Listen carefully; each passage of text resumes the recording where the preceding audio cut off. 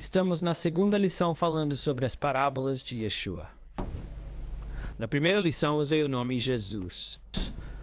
Usei o nome Jesus porque a maioria das pessoas no mundo, essa é a convenção delas. Eles chamam o Messias de Jesus. Porém, o nome Jesus está em grego. É uma transliteração grega do hebraico Yeshua. E a partir da segunda lição, resolvi apresentar a vocês o nome hebraico daquilo que é chamado no mundo ocidental Jesus.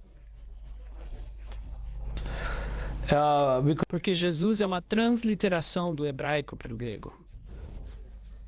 Estamos aqui na terra de Israel, na cidade de Jerusalém. Por que deveríamos usar o grego? Usamos a língua nativa, a língua que Yeshua falava, a língua que as parábolas foram originalmente faladas. Embora tenhamos hoje o Novo Testamento em grego, abaixo do grego o hebraico é evidente. E todos os que estudam o Novo Testamento em grego sabem muito bem que o grego do Novo Testamento não é como qualquer outro grego no mundo grego ou romano.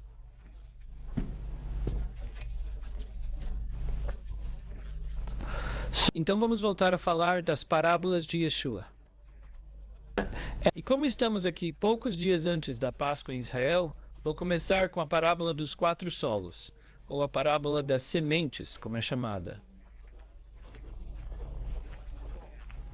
Aparece novamente no capítulo 13 do Evangelho de Mateus. E antes de entrar no texto do Novo Testamento, quero contar-lhes algo sobre a Haggadah da Páscoa, que está relacionada com esta parábola. Na Haggadah da Páscoa, no início da Haggadah, aparece uma seção que todas as crianças gostam de ouvir, e é afirmada sobre os 4 filhos, os 4 filhos da Torá.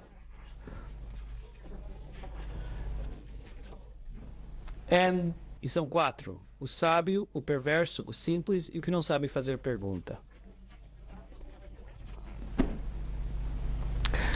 Por que há 4 filhos? Porque no mundo semita tudo estava dividido em 4 categorias diferentes. Consenso.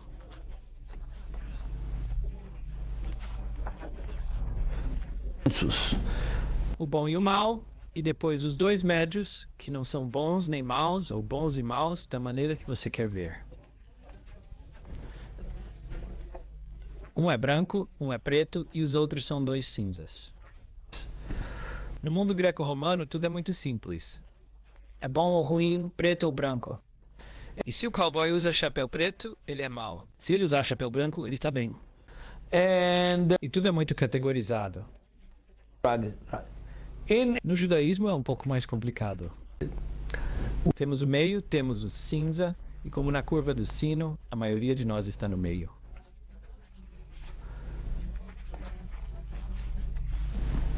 Não somos absolutamente bons, não somos absolutamente maus. Somos pessoas que tentam ser boas. Às vezes conseguimos, às vezes falhamos. Estamos na sepultura, no meio.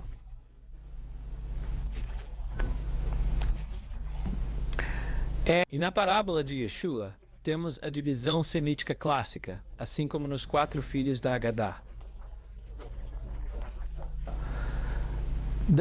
O filho mau na Haggadah é alguém que se afasta do público.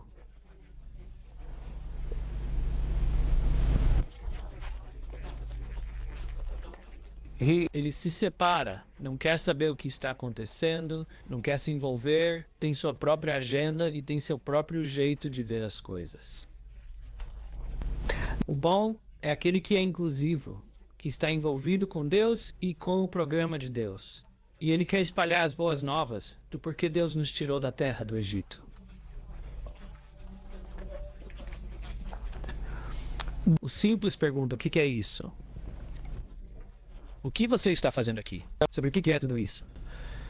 E aquele que não tem pergunta, que não sabe fazer nenhuma pergunta, é responsabilidade nossa, responsabilidade dos outros 2 filhos, explicar para ele, abrir-se para ele e orientá-lo.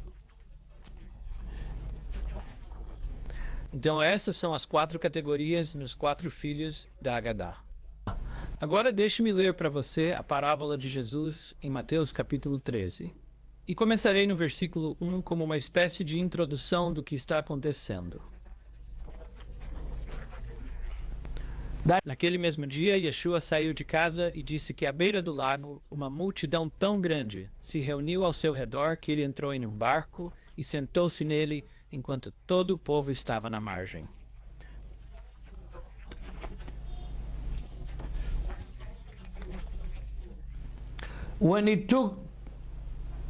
Quando ele lhes contou muitas coisas em parábolas, dizendo: Um lavrador saiu para semear e estava espalhando as sementes. Algumas caíram à beira do caminho, e os pássaros vieram e as comeram.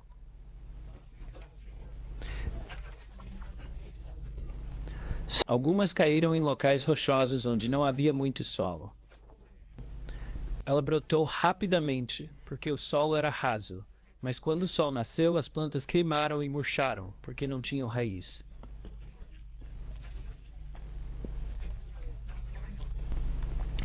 Outras sementes caíram entre os espinhos, que cresceram e sufocaram as plantas. Outros ainda caíram em solo bom, quando produziram uma colheita de 100, 60 ou 30 vezes o que foi semeado. Quem tem ouvidos, ouça. Essa é a parábola de Yeshua. E quero lembrá-lo de que as parábolas contêm segredos e geralmente são políticas. A semente nesta parábola está falando sobre pessoas e especificamente sobre o povo de Israel, porque esse é o uso mais comum da palavra semente no Evangelho. E o contexto aqui, Yeshua não está falando com a igreja batista, ou com a igreja pentecostal, ou com a igreja presbiteriana.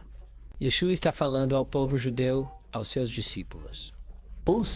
Portanto, a semente é o povo, e especificamente no contexto do primeiro século, o povo de Israel.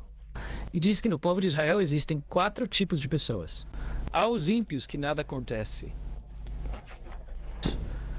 O diabo vem e arrebata-o do caminho.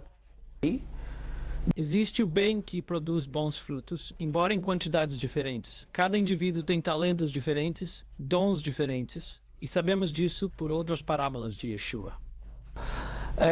Mas todos os bons produzem alguma coisa. Se for 30, 60 ou 100 vezes, é alguma coisa. E então você tem os dois do meio, que na verdade querem crescer. A semente que caiu no chão áspero quer crescer. E cresce rapidamente e o salsica.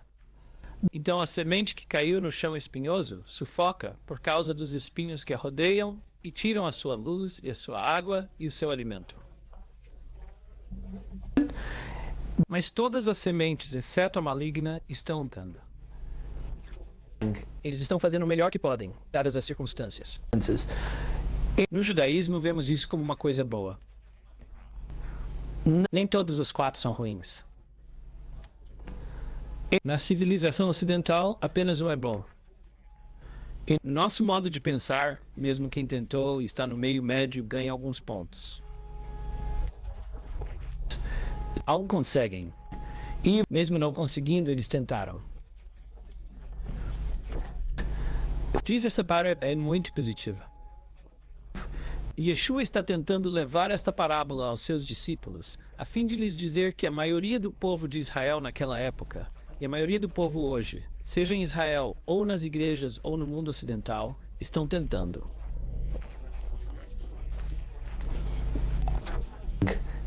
E eles não são ruins. Estão no cinza, mas não são totalmente perversos como aquele que não quer saber de nada.